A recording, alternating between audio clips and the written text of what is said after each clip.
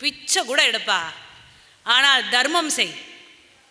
உனக்கு கிடைத்த 10 சோறு பருக்க இருக்குல்ல, அதில் 2 சோறு எடுத்து பருக்க எடுத்து எறும்புக்கு போடு.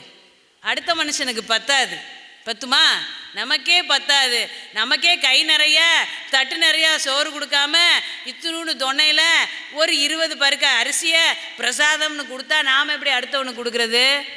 பிச்சை எடுத்துகிட்டு இருக்கும்போது முடியாது. அப்போ அந்த 2 பருக்கையை எடுத்து எறும்புக்கு போடு, 2 பருக்கையை எடுத்து ஈக்கு போடு, அடுத்த ஜீவராசிக்கு போடு. புண்ணியம் செய் என்று சொல்கின்றது இந்து தர்மம்.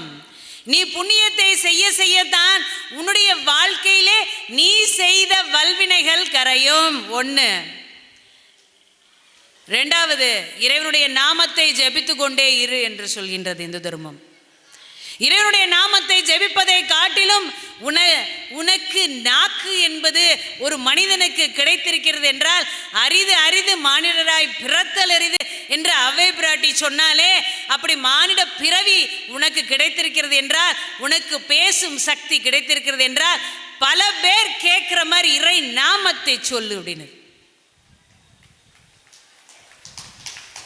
அம்மா கோயிலுக்குள்ள போய் 2 மணி நேரம் முருகனை பார்க்க இறை நாமத்தை சொல்ல நமக்கு நேரமே இருக்காது. 2 மணி நேரம் நாமத்தையே சொல்லிட்டு இருக்க முடியுமா?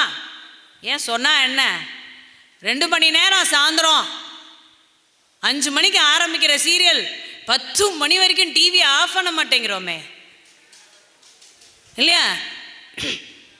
2 மணி நேரம் சொன்னா என்ன? 2 மணி நேரம் அமைதியாக இருந்தால் என்ன? இருக்க முடியாது.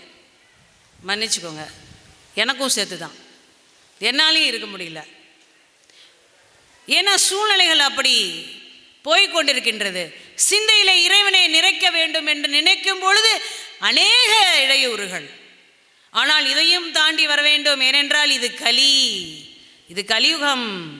இந்த கலியுக வரதனான கந்தனுடைய காலடியை நீங்கள் பிடித்து சரணாகதி அடைய வேண்டும் என்று நினைத்தீர்கள் என்றால் சிந்தையை ஒருநிலைப்படுத்த வேண்டும்.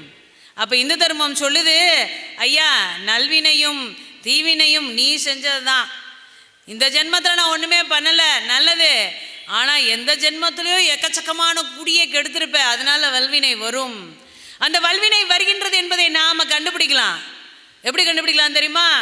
சில மனிதர்கள் இருப்பாங்க, சொல்லிகிட்டே இருப்பாங்க. ஏதாவது நடந்துருச்சுன்னு வச்சுக்கோங்களேன், என்ன பாவம் செஞ்சேனே தெரியல, இந்த வீட்டில் இப்படியா நடக்குது, என்ன பாவம் செஞ்சேனே தெரியல, இப்படி ஒரு பிரச்சனை, என்ன பாவம் செஞ்சேனே தெரியல, எல்லாம் தொட்டதெல்லாம் எனக்கு தோல்விதான் அப்படின்னு ஒரு மனுஷன் சொல்லிட்டானா, ஒரு மனிதன் சொல்லி கொண்டிருக்கின்றான் என்றால் அவனுக்கு வல்வினை காலம் வந்து விட்டது. அதுதான் இந்த தர்ம நீதி உங்களுக்கு உணர்த்துகின்ற பாடம். அப்போ என்ன செய்யணும்? சிக்கென்று காலை போய் பற்ற வேண்டும். பக்கத்து வீட்டுக்காரன் காலை பிடிக்க வேண்டாம், எதிர்த்த வீட்டுக்காரன் காலை பிடிச்சி கெஞ்ச வேணாம், அடுத்தவனை பார்த்து ஐயா உன்னையே நம்பி இருக்கேன்னு சொல்ல வேணாம். யாரை பார்த்து சொல்லணும்? கந்தபெருமானே முருகா என் அப்பனே நான் உன்னையே நம்பி இருக்கிறேன்னு சொன்னீங்கன்னா அந்த வல்வினையெல்லாம் கரைஞ்சிரும்.